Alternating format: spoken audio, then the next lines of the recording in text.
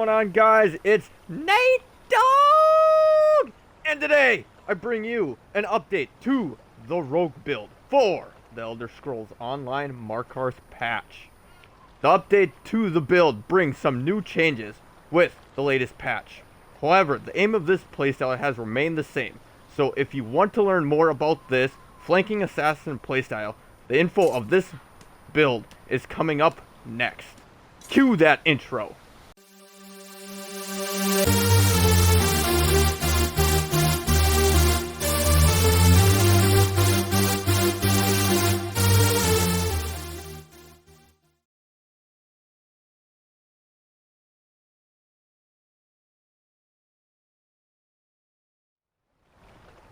Before we get into the build, I will be leaving timestamps in the description along with the costume that this build is currently using. So, without further ado, let's dive into this build. Starting off in our character sheet. Our max magicka is sitting at 11,000, max health at 18,000, max stam at 27,400, with a magicka recovery of 600, with health recovery at 400, and stam recovery sitting at 2,000.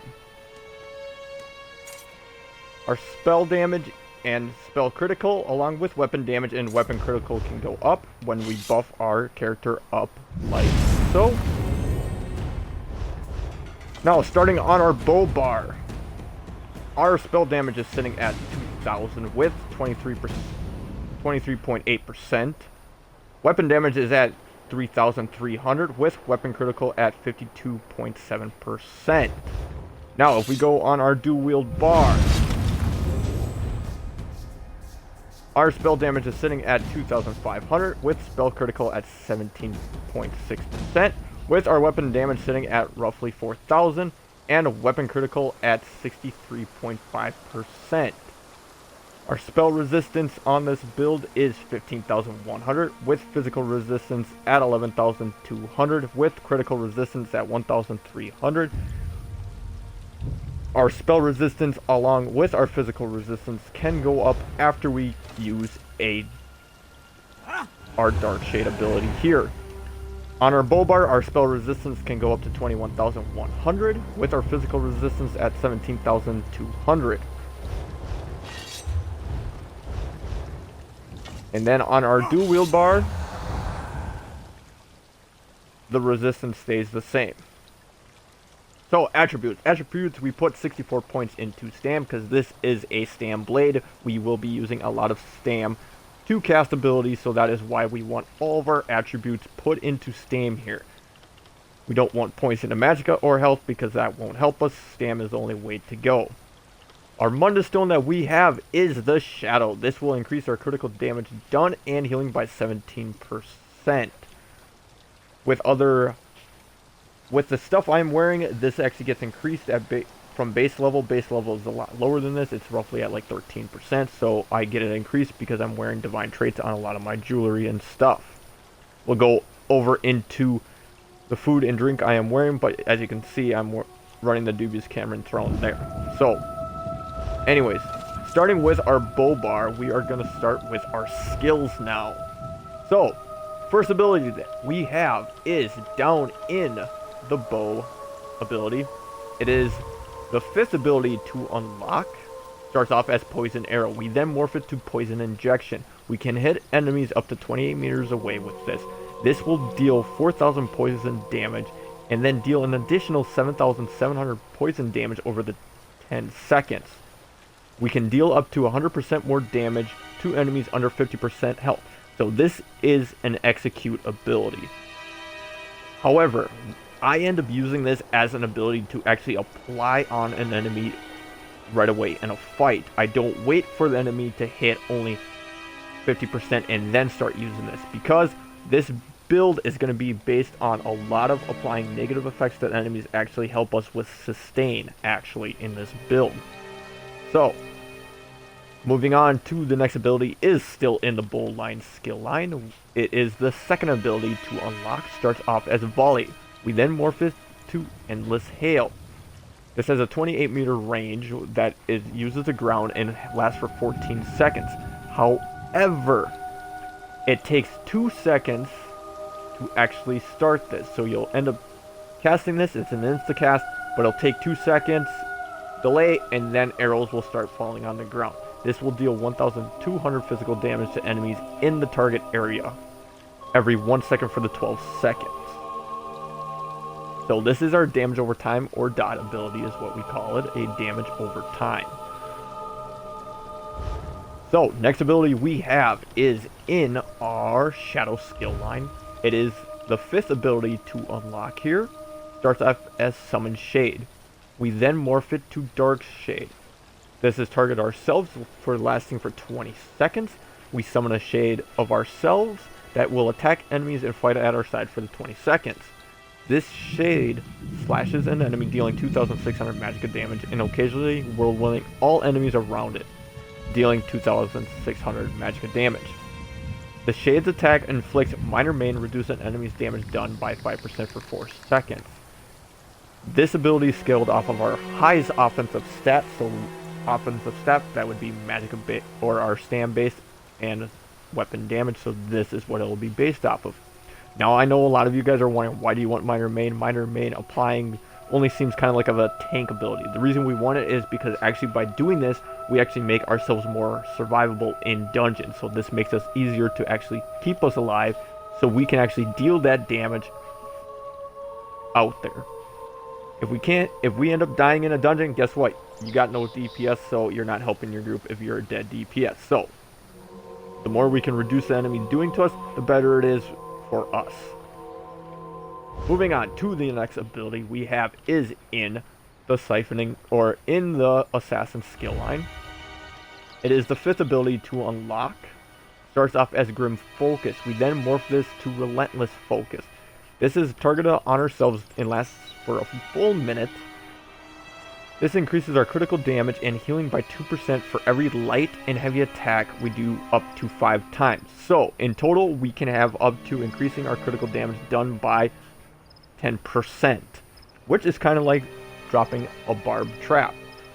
However, this can then morph into Assassin's Scourge, which allows us to fire a sepulchral arrow for half the cost that deals 15,000 disease damage, and when we do that, we heal for 33% of the damage dealt if we are within melee range. So we can't use this at like 20 some odd meters to get the heal. We can use it there if we want to, but it's not going to work to getting health back. If you need to get the health belt, use it in melee range. That is why our back bar is dual wield weapon, so that way we are more likely to be in melee range.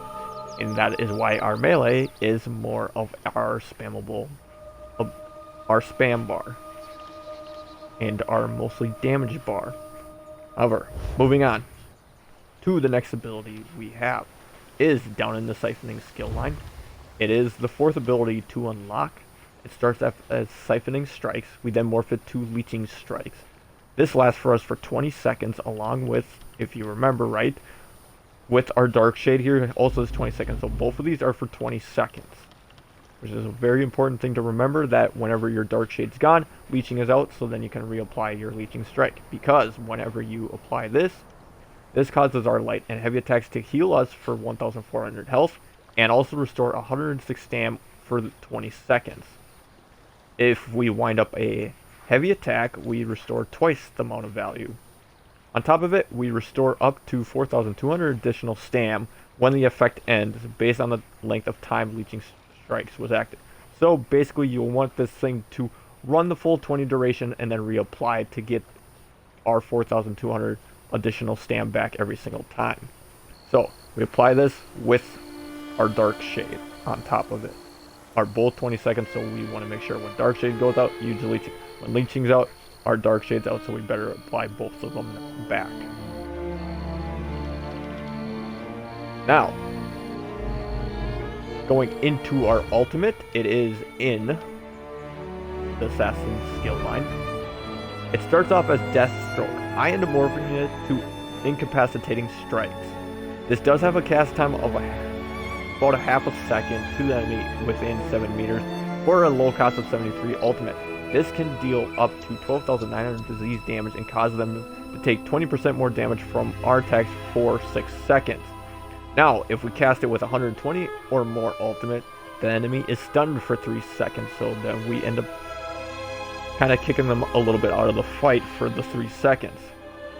On top of it, while slotted, we gain Reeve, which restores 100 magicka and stam when we deal damage with a light or heavy attack on an enemy with a negative effect activated on them. So, if we go back over to our abilities that we have, starting with Poison Injection, this applies Poison status effect, which is a negative effect. That is why I use it right off the bat, because by using this, now we add a negative effect, so we can now get our 100 magicka and stand back for dealing damage with a light attack, since they have a negative effect on top of it. Now, on top of it, our Dark Shade also applies Minor Main, which is also a negative effect, so there's another way that we can apply a negative effect to get another 100 magicka and stand back.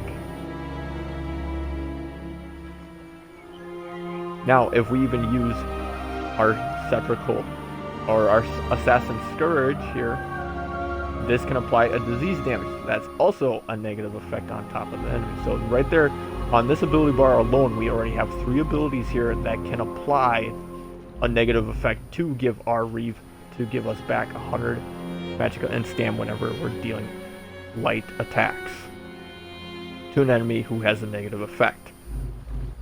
And that's the thing, with especially this Minor Main, if this shade ends up doing his Whirlwind, it doesn't just apply to one, it applies to multiple enemies. So you have more than just one target that's now going to give you resources back. This will help with sustain, so keeping our DPS up as well. Now, moving over into our back bar, starting with our first ability that we have is in the Assassin's skill line. It is the first ability to unlock, starts off as Assassin's Blade. We then morph it to Killer's Blade. This has a 5-meter range and is on one single target. This we thrust a blade into our enemies, dealing 4,400 disease damage, and we deal 300% more damage to enemies below 25% health. This will be our main execute ability. Yes, on our back bar with our bow, we have our Poison Injection here. That is technically an execute ability, but it is not the one that we're going to end up using most of the time. We are going to actually end up using this Killer Blade ability for most of the time. On top of it, we can heal ourselves for 3,800 if the enemy dies within 2 seconds of being struck by this. This portion of this is scaled off of our max health. So if we'd have, let's say, more max health than the 18,000, we'd actually get more health back from this if we use this ability and the enemy dies within 2 seconds of being struck by this. Now, moving on over into the next ability is all the way down into the Fighter's Guild. It is the third ability to unlock, starts off as Expert Hunter. We then morph it to Camouflage Hunter. This is an area of effect with a 6-meter radius. However, we will not be casting this. This is just strictly for stats to help us out and stuff. Yes, you can use this to get stealth enemies out of stealth, and we end up, exposing them, and they can't go back invisible for 3 seconds. However, usually in PVE content, we do not need to use that because not too many enemies actually go stealth. However, while slotted, we gain Major Savagery, increasing our weapon critical rating by 2,600.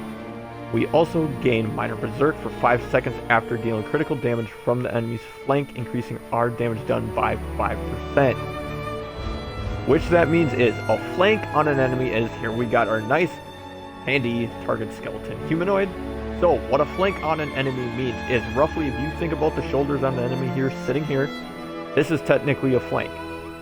All the way around to here is the flank. From shoulder to the backside, the shoulder is a flank. So if we end up doing critical damage on the enemy's flank here, we end up getting Minor Berserk for 5 seconds, so increasing our damage output by an additional 5%. That was critical, so right there we got now Minor Berserk for doing that since we are on the flank. If we were here, however, we are not going to get that minor berserk since it does not pop up down in that bottom bar there. So, moving on over into the next ability that we have is in the Assault skill line. I will have to give a shout out to Jordan Redfern for this one. He asked me if he could actually use this in the build, because last time I was using this, I used a different ability that was up in the dual wield skill line, which was called Blood Craze. So this time around, I decided to actually use the ability here. It is the first ability to unlock now. Starts off as Vigor. We morph it to Resolving Vigor. This is casted on ourselves, lasting for 4 seconds. This will heal ourselves for 14,500 health over 4 seconds. I went to this ability over the last one because this one has just a lot more healing potential, as Jordan Redfern commented about. So this is why I'm going with it, and I decided to give one of my commenters a shout out for it. So moving on over into the next ability we have is back up into our class abilities. It is all the way up into the Siphoning skill line. It is the 5th ability to unlock. Starts off as Drain Power. We then morph it to Power Extraction. This is an 8-meter radius that lasts for 20 seconds. We siphon the vigor from our enemy's blood, dealing 6,700 disease damage to all nearby enemies. If an enemy is hit, you apply Minor Cowardice on them for 10 seconds, reducing their weapon and spell damage by 215. On top of it, we also gain Major Brutality and Sorcery, increasing our weapon and spell damage by 20% for 20 seconds. So, now this deals disease damage. So when we deal disease damage, we have a chance also to apply the disease status effect, so that's another negative effect there. Now if we remember back over into our Shadow or our Dark Shade ability, this guy applies Minor Main, so that reduces enemy damage done by 5%. Now here in our Power Extraction, we now can reduce the damage that all the enemies in the area that we hit this ability with, we reduce their weapon and spell damage by 215. This is now making us a lot more survivable. On top of it, it is now giving us a lot more damage or weapon damage potential with that Major Brutality. On top of that, Sorcery that will help with our Dark Shade as well a little bit. This is a very important skill to have here, and it also will help with other passives, is why we have this ability here. Now, last ability we have now here is in the Shadow skill line. It is the first ability to unlock. Starts off as Veiled Strike. We then morph it to Surprise Attack. This has a 5-meter range to hit the enemy, and this is our, as you can see, the roll for damage dealer. We slash an enemy dealing 8,900 physical damage. If you are flanking the enemy, we shred through a small portion of their armor, reducing their physical resistance by 5% for 10 seconds. Attacking with Surprise Attack from the flank stuns the enemy for 3 seconds and sets them off balance. Now, off balance is kind of like a stun type thing, so we kind of take them out of the fight for a little bit, so we're able to do a little bit more damage that way. And on top of it, this is why flanking is very important on this build, is because we're shredding through physical resistance by 5%. Now, in PVE, every enemy has 18,200 physical and spell resistance. By us cutting through a small portion of that, by reducing it by 5%, we're actually enabling us to actually hit a little bit harder on that enemy, because the lower their resistance is, the harder you're going to hit. Now, if you have a tank using the Pierce Armor, which in this one, Pierce Armor got an update, which now applies Major and Minor Breach, which reduces both physical and spell resistance by, I believe it was 5,900, and then the Minor was 2,600. So it's a lot of resistance that's now off these guys, and we're just going to lower it now by using this spammable to lower their resistance to allow us to hit a lot harder. And this is also why now flanking is important, because by now flanking, you see their health bar up there. I know it may be kind of hard to see, but it has little cracks in it. That means we've reduced their resistance. Now also hitting critical with this, you can see my Berserker on a timer with 1 second, 0, and now it's gone. This is why I end up using Surprise Attack as my spammable. I know some other people go all the way down in the dual wield skill line and they end up using Flurry here because you final hit deals 300% more damage. I mean, there's other morphs you can do with it, but I know a lot of people end up using this. But I tend to use Surprise Attack in my class skill line because it ends up lowering resistance, allowing us to hit a lot harder in this build. Ulti on this bar, we are using the same incapacitating strikes because while slotted, we end up getting Magicka and Stand back whenever there's a negative effect, and this can apply a negative effect because it's reducing the target's physical resistance. Power Extraction can deal or does disease damage, so that can apply disease status effect.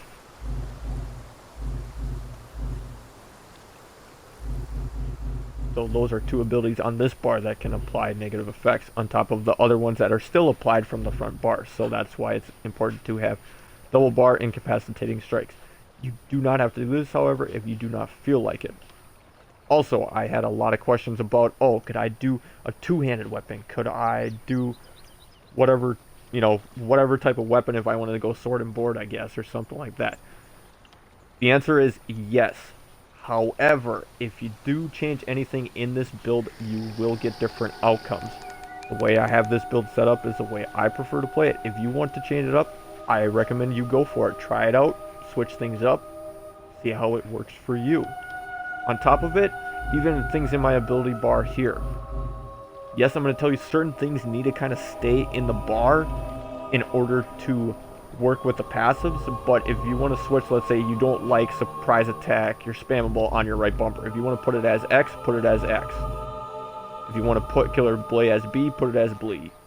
You guys can switch these ability bars around however you like, but now I'll let you know why I put certain abilities on certain bars. Starting with the Assassin passive, going with Master Assassin. This increases our physical and spell penetration against enemies. We are flanking by 2,900, so this is why flanking is important in this build, is because the more we're flanking, we're actually going to now cut through. This is what physical and spell penetration does, is we're going through that armor. On top of it, this increases the duration of stun from sneak by 100%, so if we're sneaking and pop out a sneak and stun an enemy, they're stunned for 100% longer. Executioner here, when an enemy dies within 2 seconds of being damaged by us, we restore 1000 Magicka and Stam, so this is why it's important to damage as many enemies as you can. We end up getting Magicka and Stam for it. Next passive we have is Pressure Points. This increases our weapon and spell critical rating by 438 for each assassin ability slotted. Currently we have 2 on this bar, and if we switch over, we got 2, so that way our weapon and spell critical rating actually doesn't drop when we switch between the bars. This is why I at least have 2 on each bars. This is how the way I like to play it. If you want to just do 1, you can do 1. Hemorrhaging is the last passive here. This increases our critical damage done by 10%. So now we have a lot of things now compounding on top of each other with increasing our critical damage by 10%. Remember, we have our Shadow Stone that increases our critical damage done by 17%. This one now increases our critical damage by 10% with an assassin ability slotted, so we have 2, so we're okay there. On top of another ability here called Relentless Focus. This, if we have a stack of 5, we increase our critical damage by 10% there as well. A lot of things compounding to give us a lot more critical damage done. Also, dealing critical damage grants us and our group members minor savagery, increasing our weapon critical rating by 1,300 for 20 seconds. So this is why it's important to deal critical damage as a DPS, because now we're also getting apply critical damage or minor savagery to everybody else in our group, especially if they're stand based. They're going to benefit from this the best. Now over into the Shadow skill line. First passive we have is Refreshing Shadows, increasing our health, stam, and Magicka recovery by 15%. Very important passive, very nice to have. Shadow Barrier. Casting a shadow ability grants a major result for 6 seconds. So this increases our physical and spell resistance by 5,900. And the duration of this is increased by 25% for each piece of heavy armor equipped. Current bonus, we only have 25% because we're only wearing 1 piece of heavy armor. So it lasts for 7 seconds. Next passive we have is Dark Vigor. This increases our max health by 3% for each shadow ability slotted. We have one slotted here, and on the back bar we also have one slotted here. So this keeps our health balanced, and that's what I like, is having everything kind of balanced throughout the build. No dips in your health here, and no rise on the other bar. Dark Veil is the last passive in the Shadow one. This increases the duration of our non-invisibility based shadow abilities by 2 seconds. So this is going to increase the duration of our Dark Shade here, and also our surprise attack. Over into now the siphoning. Starting with the first passive here, we have Catalyst. After drinking a potion, we gain 200 ultimate. So every time we pop a potion, we get 20 ultimate.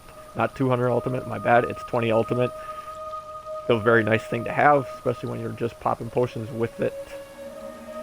Next passive we have here is Magicka Flood. This increases our max Magicka by 8% while a siphon ability is slotted. So we have one here, it's called Leeching Strikes, and on our other bar we have Power Extraction. So we always have our max Magicka sitting at that 8% more than what it would be if we didn't have a siphon ability slotted.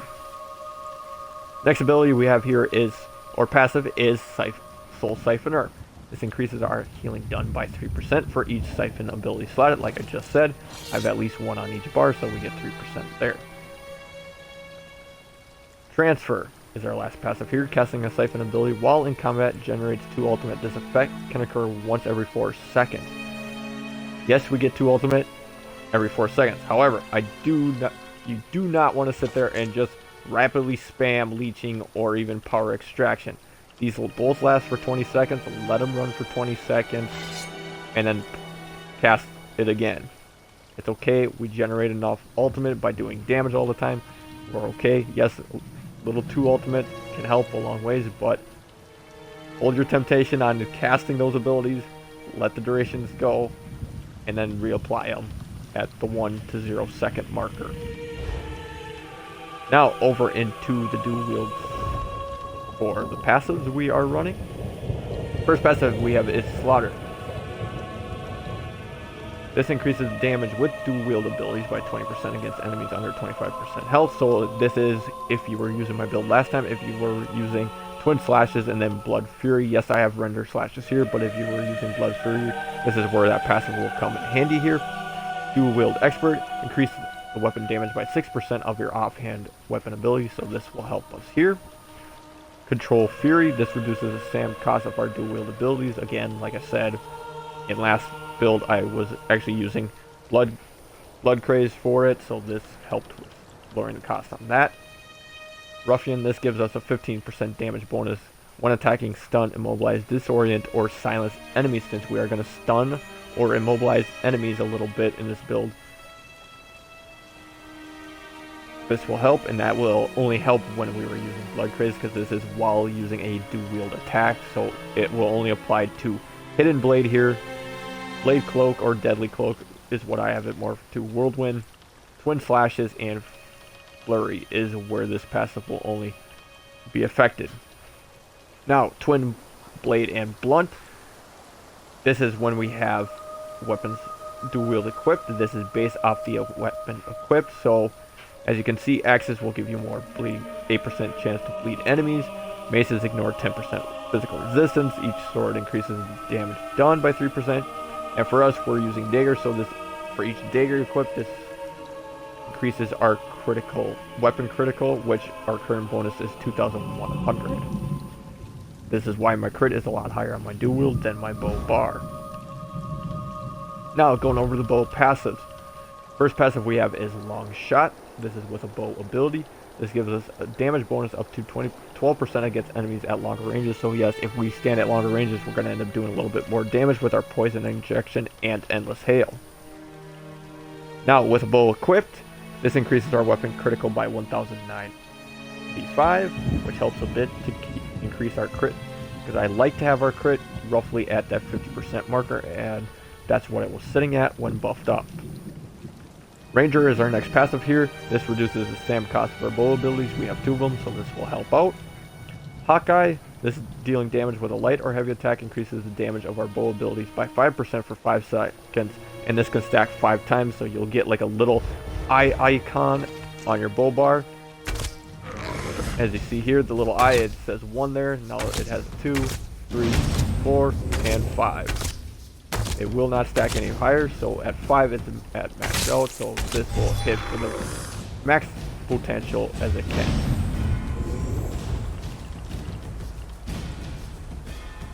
Last passive we have here is Hasty Retreat. This grants us Major Expedition for 4 seconds after we use a roll dodge.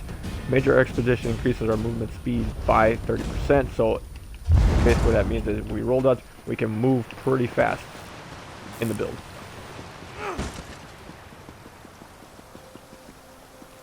So we can get places pretty quick. Now, for armor, we are running a 5-1-1 ratio. So what that means is I'm at least wearing 5 pieces of medium, 1 piece of light, and 1 piece of heavy is what I mean by a 5-1-1 ratio. So for passives, for the light armor, we can only use the top 3 since we are not wearing 5 pieces or more. That will only apply to these 2. So for the first passive we have here is reduce the effectiveness of snares applied to us by 4% and reduce the cost of sprint by 3%. Advocate increases our magic recovery by 4% and reduce the magic cost of our abilities by 2%. Spell Ward here increases our spell resistance by 363.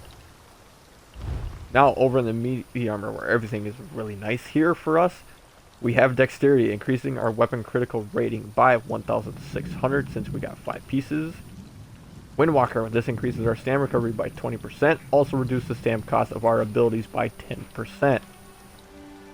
Improved Sneak here, you do not have to get this passive. I get it because I like it, that it kind of fits with my rogue / Steve playstyle, so that's why I have improved Sneak here, because I want to reduce the cost of my Sneak by 35% and reduce the size I can be detected by an area by 25%. This passive now only applies when you're at least wearing 5 or more pieces of medium armor, as we are, so this increases our weapon damage by 15%. Athletics here will increase our movement speed bonus of sprint by 3% or by 15% and reduce the cost of roll dodge by 20%. So that's why kind of when we roll dodge, we end up moving pretty fast, is because this increases our movement speed of sprint by 3%. Over in the heavy armor, we can only use the top 3 again here because Retelevised and Rapid Mending require 5 pieces or more. So here we have Resolve, which increases our physical and spell resistance by 362. Constitution here increases our health recovery by 4%, and we restore 108 magic and stam whenever we take damage. Though this can only occur once every 4 seconds, so as we're taking damage, we get a little bit of magic and stam, and everybody tends to take a little bit of damage now and again, unless you're really, really good at the game and don't take any damage. Kudos to you if you can do that, but this is just in case we do get hit, so this helps with recovery a bit here. Juggernaut here for our heavy armor passive. This increases our max health by 2%. Ledgerman is just here for kind of for role-playing aspects, and you don't have to get your Ledgerman up here.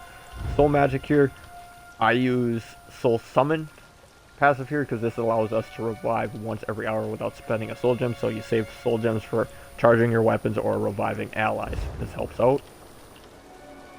Over in the Fighters Guild, I have Intimidating Presence because this allows me to intimidate NPCs for conversation, more so for questing. However, I do have one ability that is in here called Camouflage Hunter. Just in case I accidentally use Camouflage Hunter, it won't cost so much because 4,200 stam is quite a bit of stam to be using for that. So this will help reduce the cost of that, so it's not quite as high. Slayer here increases the weapon damage by 3% for each Fighter Guild passive we have. Since we have only it on our back bar, mostly on our damage bar, it only applies there. Banish of the Wicked, we generate 9 ultimate whenever we kill undead, Daedra, or werewolf. Also, vampires are considered undead. If you did not know that, vampires are undead, so you face a lot of undead, Daedra, and werewolves in the game. So this is a very nice passive because you're going to be killing a lot of those guys, and you're going to get 9 ultimate back whenever you do that. Skill Tracker, our fighter guild's ability to deal an additional 20% damage to undead days during werewolf. This was more so when I was trying to do like Trap Beast is basically what it was if I were to use Trap Beast. Mage's Guild, I just have Persuasive Will here. This is just for questing purposes alone. Undaunted is passive that we'll want to get here. Is we have Undaunted Command, activating a synergy, restores 4% of our max health, stam, and magicka. So what we get is 741 health, 1097 stam, and 443 magicka. You see synergies, go get the synergies and use them. You're getting resources back. They're not just for the tanks out there, they're also for you. They're to help everybody in the group. Use those synergies whenever you see them. Next passive we have is then Undaunted Metal. This will help us out a tremendous amount because this increases our max health, stam, and magicka by 2% per type of armor worn. So it says heavy, medium, and light. Since we are at least wearing one piece of heavy, one piece of medium, and one piece of light, we now get a 6% bonus increase to our max health, stam, and magicka. We are running a Wood Elf on this build as a race. Now I know a couple people ask me, for race, do I have to run a Wood Elf? No, you don't have to run a Wood Elf, but with the sets I'm wearing, you might struggle a little bit not running a Wood Elf because with Wood Elf's passives that we have here, that I'll get into here in a little bit. Basically, we have Acrobat. This just for fun decreases our fall damage taken by 10%, makes us more of that Assassin's Escapee type. Hunter's Eye, this increases our stealth detection radius by 3 meters so nobody can sneak up on us. Little flavor there type thing. Also, this increases our movement speed by 10% and our physical and spell penetration by 1,500 for 6 seconds after using a roll dodge. So, wearing a bow, roll dodging, with passives of medium armor, and this, that's why we move really fast with a bow. So if you really want to get away somewhere, get away from people, use a bow, roll dodge, you'll get away quickly. Yerfe's Endurance, this increases our stamina recovery by 258, and this is what I was talking about, is Wood Elves just get a little bit more recovery compared to even like a Red Guard and like an Orc for damage and stuff like that. Wood Elves have that recovery that helps them out with the set I'm going to talk about later out with the recovery. You guys kind of know what it is already, but yes, you want recovery, recovery is going to help. Yes, you can run a Red Guard. I'm not saying that Wood Elf is the most best race you can use for this. It's just Wood Elf, in my opinion, is just going to shine just a little bit because that recovery actually helps with sustaining and stuff like that in this type of armor set I'm wearing. Like I said, you can use a Red Guard, you can use an Orc, you can even use a High Elf, you can use whatever race you desire. Just your stats are going to look different than the stats I have currently for my race. We now have Resistant Affliction. This increases our max stam by 2,000 and poison resistance by 2,300.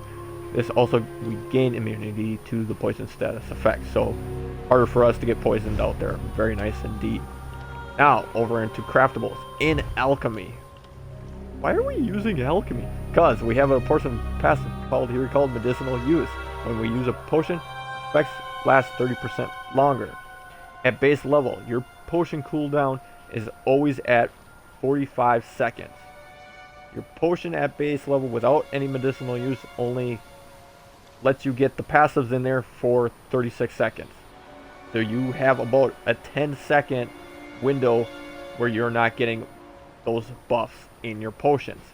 So by having medicinal use, those potions last for 47 seconds. Or those buffs in the potion last for 45 seconds with a 45-second cooldown, so you have 2 seconds to sit there and pop another one. So you can have 100% uptime with it. So get medicinal use as fast as you can. Over into provisioning. I end up using Conceer here because this adds 20 minutes to the duration of any consumed drink. I am running a drink, so that's why I will use Conceer. If you are running a food, I highly recommend then using Gourmet, because Gourmet with 3 out of 3 will end up adding 20 minutes to the duration of any eaten food. So that way you don't have to spend so much resources and stuff in order to keep your food buffs active or drink buffs active. Now that we got that over, let's go into our inventory and see what we are running. Starting with slottable items, this is our potions and stuff. Like I said earlier, we are running Dubious Cameron Throne. This increases stam recovery by 315, max stam by 2,800, and max health by 3,000 for 2 hours. There are other foods and drinks out there that you guys can run if you so desire. You do not have to run this one. This is what I just preferred for the race and build. This is what I like to run. Like I said, run whatever you guys feel like running. The choices are yours there, but this is what I run. For potions, this is actually a crafted potion. This is called Essence of Health. This restores 8,600 health immediately and grants us Major Fortitude, which increases our health recovery by 40% for 47 seconds. Also restores 7,500 stam and grants us Major Endurance, which increases our stam recovery by 40% for 47 seconds. In the last couple patches, it was only 20%. Now, majors and minors got kind of altered, so now we get actually a 40% increased recovery. So that's why our recovery is now at 2,000 whenever we pop a potion.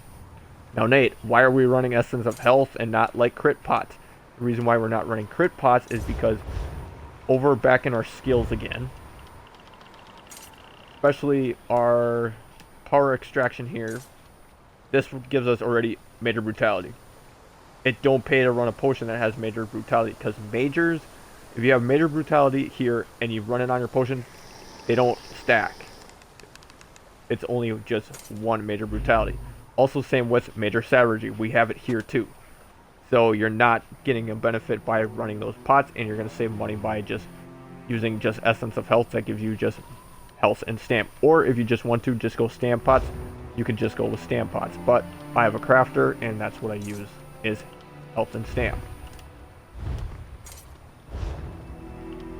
Now, over into weapons. First set we are running with our bow is the Gladiator's Bow. Enchantment we are running with this is Absorb Stam Enchantment, so whenever we will deal 2,500 physical damage and restore 354 stam whenever this procs. We went with a precise trait on this because our crit on here was a little low, so by adding our 6% there, we got it where I like it, roughly at that 50% marker. Now, the Kavachi Gladiator set, for 2 pieces if we add 800 weapon critical, 3 pieces we add another 800 weapon critical, and for 4 pieces we add 124 weapon damage. Now, the nice thing about it is that it never ever shows in stats, but we gain 1,400 weapon damage against targets who are at or below 25% health.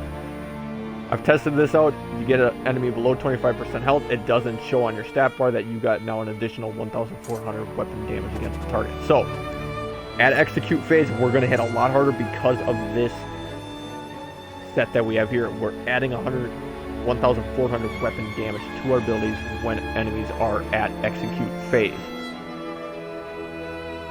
This is why I run Kavachi Gladiators.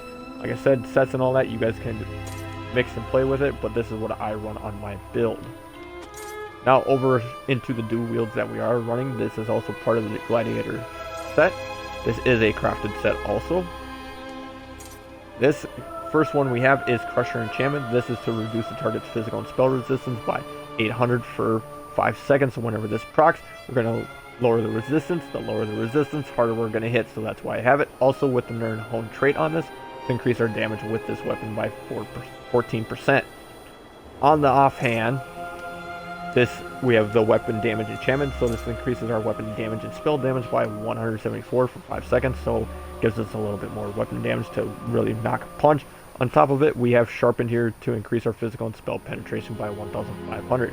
Yes, I know we just got an update where we got more physical and spell penetration, but I like a lot of physical and spell penetration because I want to know that I'm going to hit that cap mark where I literally have no resistance on the enemy, so that way I know I'm hitting as hard as I potentially can on the build.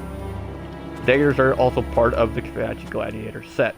Now going over into the apparel, starting off with our helm. I am using a Markarth set.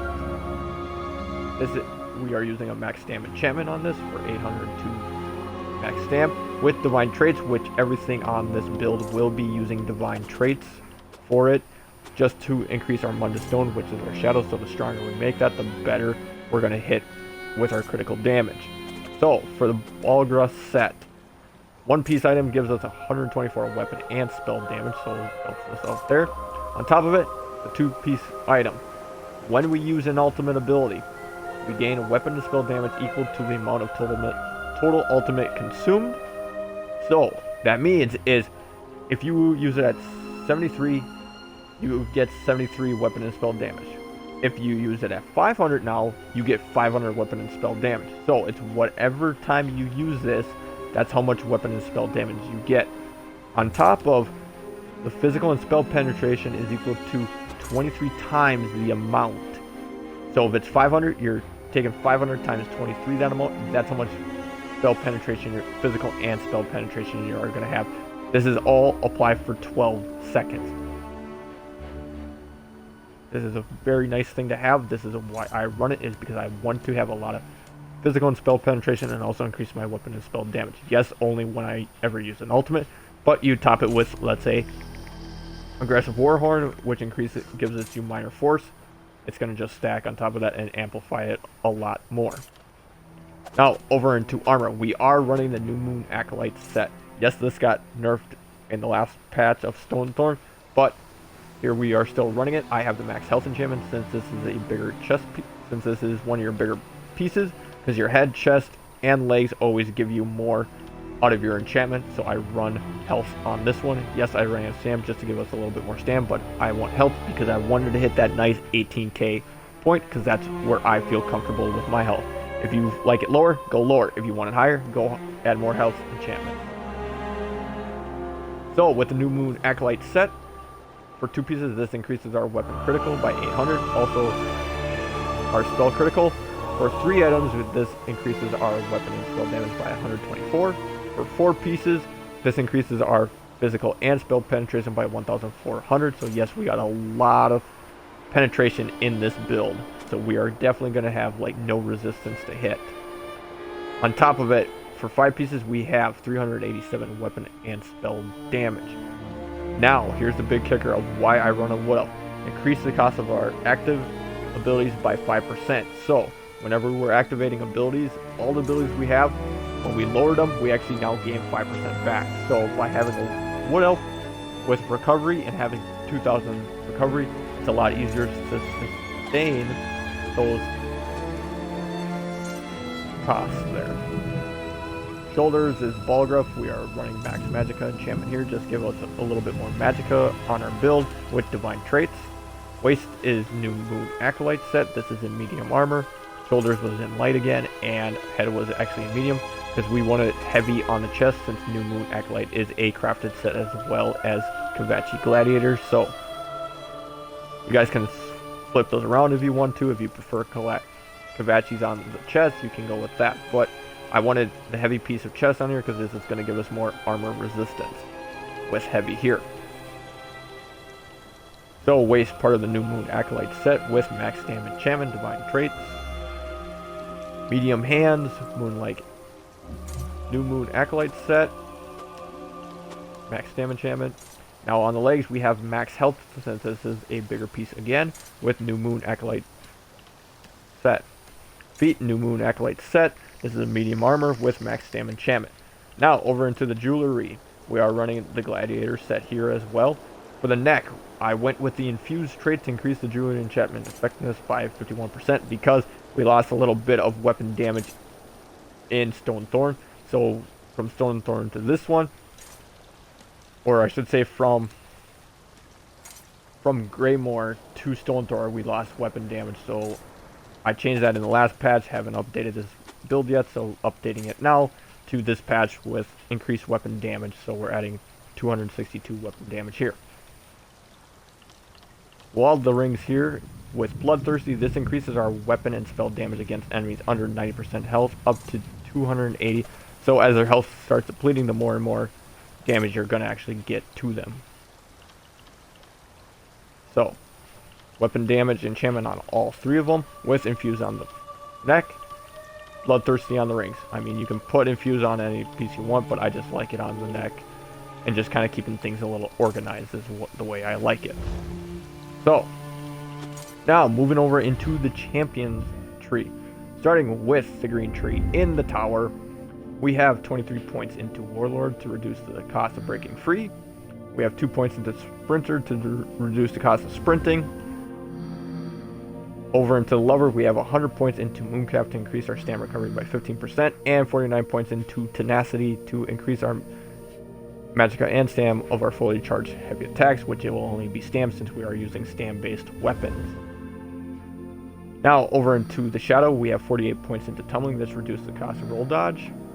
Shadow Ward, this reduces the cost of blocking by 8. Reduce the cost of blocking, and by having 96 points here, we get the nice Treasure Hunter quality here, so increasing the quality of items we find in chests, making more of that Thief and Rogue / Assassin build for us. Playstyle that I like. Over into the blue tree, starting with Apprentice here, we have none here. Going now over to the Actronaut, we have 14 points into Physical Weapon Expert, so this is going to increase the damage done with light, heavy attacks, with our one-handed shield, dual-wield bow, and werewolf form. We are not a werewolf, so we don't have to worry about that. Master of Arms, we have 72 points here. This increases the damage done with direct damage attacks. So like our surprise attack is a direct damage attack. Over in the Ritual, we have 48 points into Thalmor Church. This increases our damage done with damage over time effects, so our Endless Hail will get affected by this. We have Precise Strikes with 66 points into that. That increases our critical damage and critical healing with Stam abilities, so like our Vigor will give us healing there, and also critical damage on anything else that we do. Piercing, we have 6 points in here to increase our physical penetration. Yes, we got enough in there. We could probably put 6 points into something else, you're probably saying, but I couldn't get a whole percentage, so that's why everything is sitting where it is. Because if you can't, because how the game is designed as ESO is, if this was sitting at, let's say, 13.98%, it's only 13%. It doesn't round up to 14. ESO, everything rounds down, so that's why we have 6 points into Precise here, because nothing else could get up to a full number. So, moving on into 64 points into Mighty. This increases our physical poison and disease damage done by 13%. So, whenever we're dealing damage, which we deal a lot of physical poison and disease damage, so we're increasing that damage done by a lot. Also, I want to show you this, that Perfected Strikes from Greymoor to Stonethorn. It was still at 9% but from Stonethorn to now our Markarth patch, our weapon critical dropped by 6%, so you only get a 3% increase if you at least have 30 points in the Ritual Stone here. Moving over into the red tree with the Steed, we have 81 points into Ironclad. This reduces the damage we take against direct damage attacks. 43 points into Spell Shield. This increases our spell resistance by 3,500. Moving over into the Lady, we have 48 points into Thick Skin, reduce the damage taken from damage over time effects, and 49 points both into Hardy and Elemental Defender, which Hardy reduces damage taken from physical poison and disease damage. Elemental Defender, as you can know from the name, reduces damage taken from Flame, Frost, Shock, and magic damage. Now, for those that don't know, that Ironclad, anything direct damage, will stack with Hardy and Elemental Defender depending on what damage type it is. Same with Thick Skin. Thick Skin is a damage over time effect, so it will stack with either Hardy or Elemental Defender. If it's a damage over time, that's either physical or Magicka based. There. Then over into Lord, we have no points over here. So, there you have it for the Rogue build. Thank you guys for watching. If you want to help support this channel, click on the subscription button, smash that notification bell so you guys can stay up to date with this build or any other of my content I drop on my channel. You can also come follow me on Twitch. Info on that is down in the description also. Thank you all for watching, and I hope to see you in the next one.